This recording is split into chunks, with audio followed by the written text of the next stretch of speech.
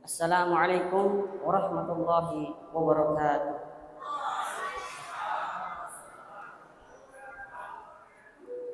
Innal hamdalillah nahmaduhu wa nasta'inuhu wa nastaghfiruh wa na'udzu billahi min shururi anfusina wa sayyiati a'malina. Man yahdihillahu fala mudilla lahu wa man yudlilhu fala hadiya lahu. Ashhadu an la ilaha illallah iqraran bihi wa tauhida wa ashhadu anna Muhammadan abduhu wa rasuluh. Amma ba'd. Masyaallah muslimin rahimani wa rahimakumullah.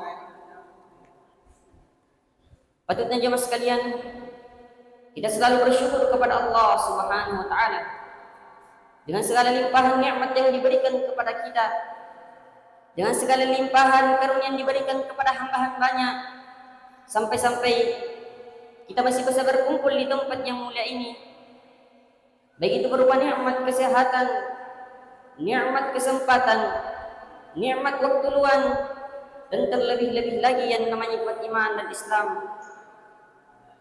Dan salam dan salawat semoga selalu tercurahkan kepada baginda kita, tauladan kita, manusia paling mulia di muka bumi ini, yaitu Nabi Allah Muhammad sallallahu alaihi wasallam, yang dimana Nabi Allah Muhammad sallallahu alaihi wasallam telah membawa kita dari gelapnya kesyirikan menuju terang-terangnya ketauhidan. Kepada keluarga-keluarga beliau, sahabat-sahabat beliau, serta pengikut-pengikut beliau hingga tegaknya hari kiamat. Masyaallah muslimin rahimani wa rahimakumullah. Masa muda jemaah sekalian adalah masa mencari jati diri, masa membuktikan eksistensi, masa mencari perhatian dan penuh semangat dan bergairah. Akan tetapi jemaah sekalian, di balik semangat tersebut perlu kontrol dan pembinaan agar tidak berlebih-lebihan dan tidak keluar dari bimbingan syariat. Dengan keunggulan dan kelebihan pada masa muda ini, seperti semangat masih membara, tenaga masih kuat, pikiran masih fresh, dan tekad yang kuat, masa muda jemaah sekalian akan diminta pertanggungjawabannya dengan khusus. Rasulullah sallallahu alaihi wasallam bersabda, tidak akan bergeser kaki manusia di hari kiamat dari sisi rohnya sehingga ditanya 5 hal: tentang umurnya, dalam apa ia gunakan; tentang masa mudanya, dalam apa ia habiskan; tentang hartanya, di mana dia peroleh dan dalam apa ia belanjakan; dan tentang apa ia amalkan dan ia ketahui ilmunya.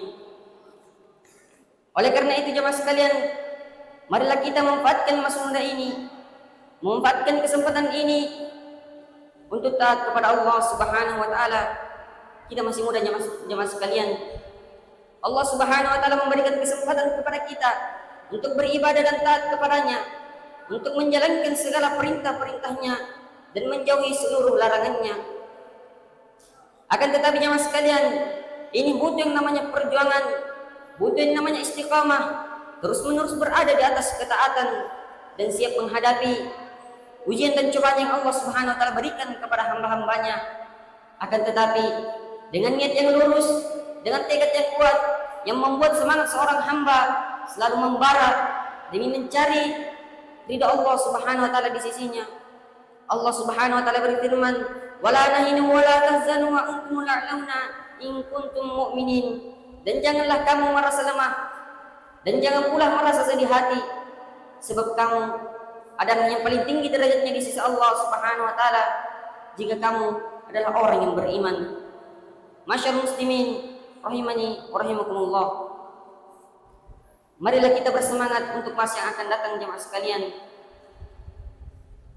Walaupun terkadang banyak ujian dan cobaan yang membuat seorang hamba terhalang untuk taat kepada Allah Subhanahu wa taala, akan tetapi jika kita menjalaninya dengan penuh semangat, dengan penuh kesabaran, maka insya Allah Allah Subhanahu wa taala akan mempermudah